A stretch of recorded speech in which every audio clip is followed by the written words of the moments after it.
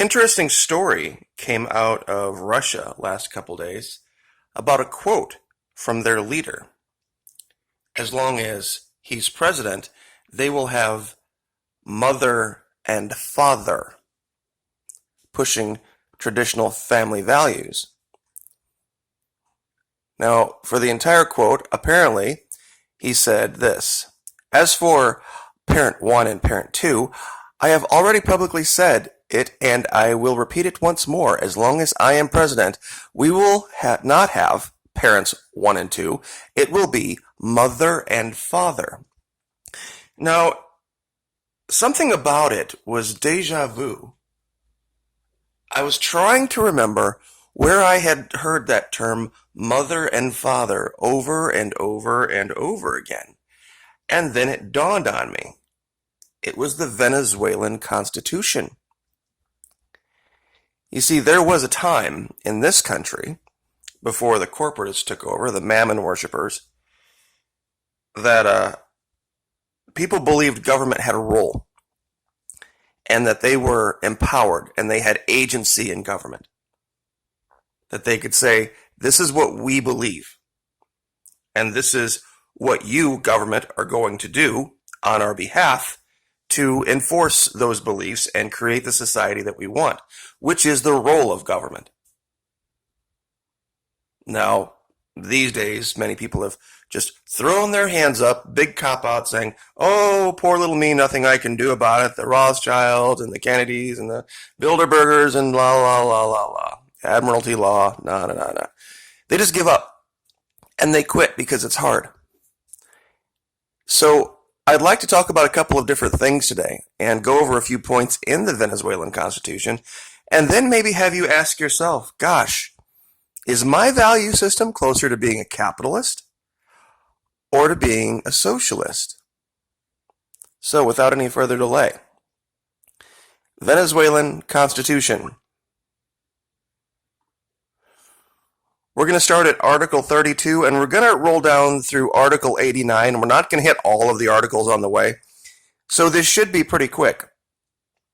But Article 32 begins, any person who is born in a foreign territory and is the child of a father and mother who are both Venezuelans by birth. Reiterated here in point 4 of Article 32, any person who was born in a foreign territory and is the child of a father or a mother who is Venezuelan by naturalization, blah, blah, blah, blah. You see, they use the term over and over and over again. Article 43. The right to life is inviolable. No death penalty, no abortion. Down here, and you would have to know this from being there, they hold abortionists and those who seek them on the same level with pedophiles. That's exactly how they're seen. It's aberrant. It's disgusting. That's not even really up for discussion in the public forum. Now, we can jump down here real quick all the way to Article 56 of the Venezuelan Constitution, of course, created and authorized by that evil, terrible, horrible socialist, Hugo Chavez. Every person has the right to his own name, the summates of his father and mother, and to know the identity of the latter.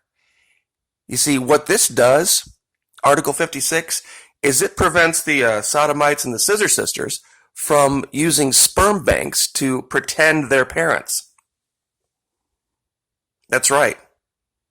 You can't go just create some magical baby, test tube baby, and then pretend you're a mommy and a daddy. And that's prevented here in the Venezuelan Constitution. I wonder which group of people in North America would agree with that. Article 57 is one that's kind of closer to my heart, given that the Google censors and YouTube censors are back at their desks working in China now, and by evidence of what's happened to my channel in the last couple of days. No censorship. Everyone has the right to express freely his or her thoughts, ideas, or opinions orally, in writing, or by any other form of expression, and to use for such purposes any means of communication and diffusion, and no censorship shall be established. You see, here it doesn't say no government censorship. It says no censorship shall be established. And of course, you're responsible for anything you say, meaning you can't slander and libel. But it would, I've always asked folks here, a lot of people on YouTube, they complain about the censorship, and I do too, to the extent that when they say one thing is okay 6 months ago, but now they say now it's not. You see, if I had started talking about viruses and all this kind of stuff many, many months ago, they wouldn't have had a problem with it. But now, because it's in the public consciousness because of the issue with China, that's when they demonetize and delete videos, because then they want only the authorized narratives. And it brings up another point, that they see business in Venezuela differently than we do. They don't see it as simply a for-profit exercise where only the profit motive is used in business decisions. Businesses that do that don't last long. That's why a lot of businesses don't like Venezuela. Article 59. Once again, we're back to father and mother are entitled to have their sons and daughters receive religious education in accordance with their convictions, constitutional right. I wonder which group of people here in North America would identify with that. Article 60 prevents the paparazzi that have ruined so many lives in the name of profit. See, you don't take those pictures because they're curious. They take those pictures because they get paid a ton of money for them. You take away the money aspect of the paparazzi and they go away. Every person is entitled to protection of his or her honor, private life, intimacy, self-image, confidentiality, and reputation. So no paparazzi. Article 63. This is voting rights. We don't have that here. We don't have a right to vote in any national election. We have 50 state elections. Article 67, I think a lot of you will be very interested in. Pardon me. What this does is it prevents state funds, tax funds, from being used in elections. And it also prohibits, once somebody is elected, from having any financial dealings with a private party. Meaning you can be a member of a party and you can get elected, but no tax funds can be used for that. And once you're elected, you can have no obligations and no dealings with that party. So we wouldn't have this, like we saw at the State of the Union, we have the aisle, so to speak, with the R's over here and the D's over there. No such thing would occur. You wouldn't have Republican this or Democratic that. You would just have people. And those parties can do whatever they want, but once they elect the person, their power is limited by the Constitution.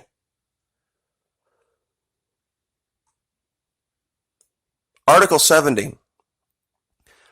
This basically is the idea that you have agency. You have the ability as a person, not as a member of a party or a member of a group or by virtue of the amount of money that you have, to exercise sovereignty. And let me read what this actually says. Participation and involvement of people in the exercise of their sovereignty in political affairs can be manifested by, number 1, voting to fill public offices. You see, that's where America stops. But here, number 2, referendum. Number 3, consultation of public opinion. Number 4, mandate revocation.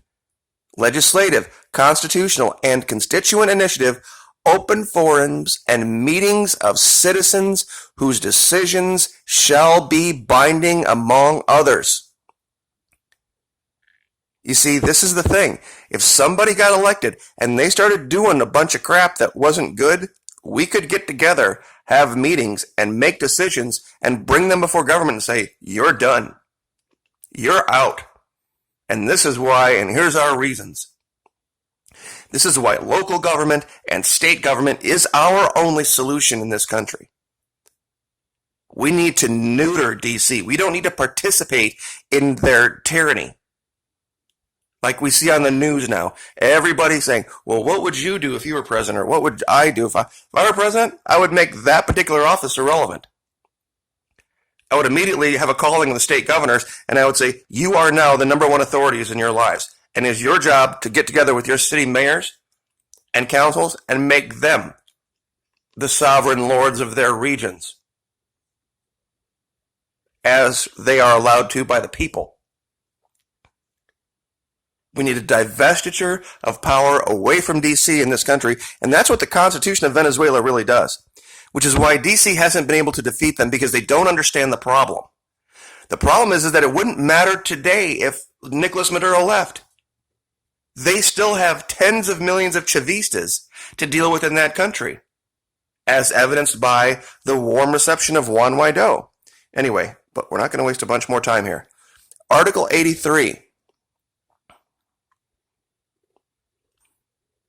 I think it's Article 77, pardon me. I skipped a bunch here. Marriage, based on free consent, absolute equality of rights between a man and a woman. Motherhood and fatherhood, fully protected, Article 76. And it says also anyone acting, meaning grandfathers, grandmothers, have those same rights.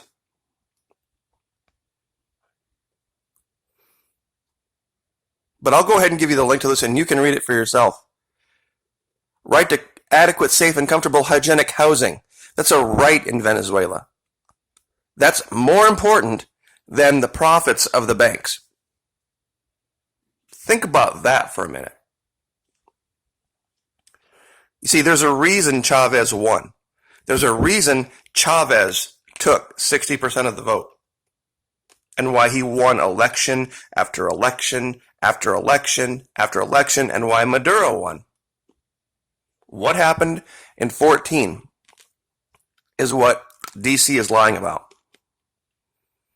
But anyway, Articles 83 through 89 also basically reiterate all of these points. But I wanted to cover one other thing. The 98 election. You see, they don't like it when people like me show this chart. See, here's when, down here, this is when Chavez took over, 98. Here's 2014. Can someone explain how evil, terrible, horrible socialism, if it fails all the time, could have led to these numbers? And believe me, these aren't make-believe numbers. I've shown independent articles from people saying, man, everything was great in 2012 and 13, and we were packed with business, and even the people that disagree with Maduro make this allegation. Oh, look how far Venezuela's fallen. But wait a minute. How could that be? See, they're not saying that they were rich in 98 and that they collapsed over 15 years down to what they were in 14 and 15. It happened overnight. They were insanely wealthy. This is when 14, DC and Saudi Arabia colluded to collapse the price of oil like no other time in history. There has never been as great a fall over that period of time in the price of oil, historically ever, as there was between 2014 and 15. It literally halved twice. And when you add in the sanctions, meaning they were prohibited from getting loans. Everyone else that suffered from this, the Nigerians, the Norwegians, all sorts of other countries, they had no sanctions against them. They could go get loans to cover the difference until the price of oil recovered. Venezuela was prohibited. And then on top of that, Venezuela had an alternate black market currency working inside of its own borders, the black market dollar, which caused the collapse of the bolivar. So they had this perfect storm. A country the size of Florida can't stand up to a country the size of the United States in collusion with the Saudis. This is the big mistake people make. See, people think back here, 98, that there was these capitalists that were controlling the country. This is who was in charge then. Rafael Caldera. Rafael Caldera was part of the Christian Social Democratic Party. But what they had done in Venezuela is they had signed a pact. And with Acción Democrática, the URD, and the Punto Fijo Pact. And these people all colluded together. They signed a pact and said, we are going to be the four groups that control Venezuelan politics. We're not going to let anyone else, we're going to criminalize anyone else running. This is why Chavez won. Because they had these party systems that had taken control, and the vast majority of Venezuelans, 80% plus, were living below the poverty line. That's why in 98, Chavez was elected. And he won going away, 60% of the vote. There were others. It was technically a six-way race, but really it was a two-way race that was Acción Democrática and COPEI, the two major parties, threw their support behind a guy named Enrique Salas Romer 4 days before the election. So technically it was really a two-man race with one guy being backed by two parties, and then just this soldier, Chavez. And Chavez won it huge. And they don't like to talk about this. They don't like to talk about why Chavez took over. What it was about him, the things he was saying that resonated with people. See, they used to resonate in this country too.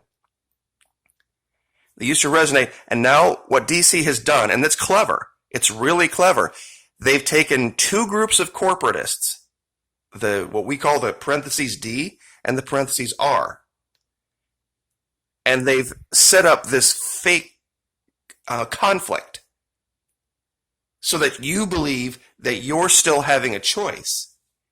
And then they pit Americans against each other, saying, well, we have capitalism, and we're always going to have capitalism, so we're going to have you two fight over where the beans should be from capitalism that they give you should be reallocated, meaning the income tax.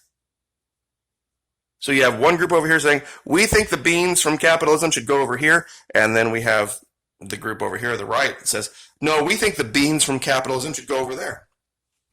Now, they call the people on the left here socialists, but they're not. They're absolutely not socialists. They're corporatists that just think that money should be taken and used for different things.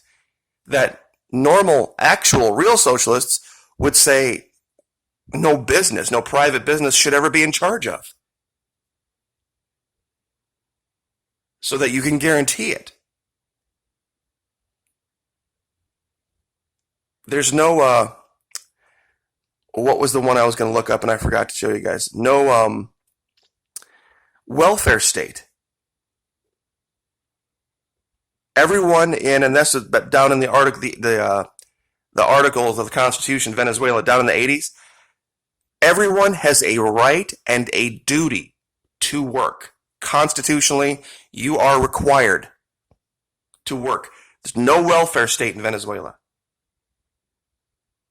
You must work. So trying to equate what Rush Limbaugh reviles and Mark Levin reviles and Hannity and Bill O'Reilly and all these guys, and they talk about, and they're against socialism, to try to equate that with what really goes on in Venezuela and why DC had such a problem with it, it's a misnomer. It's a false equivalence. Most Christians, conservative Christians in this country, would identify with the belief systems of the evil, terrible, horrible socialists in Venezuela. And that was the idea here. And this is reiterated now by the leader of Russia. Anyway, like, share, subscribe. Thank you so much, and we will see you next time.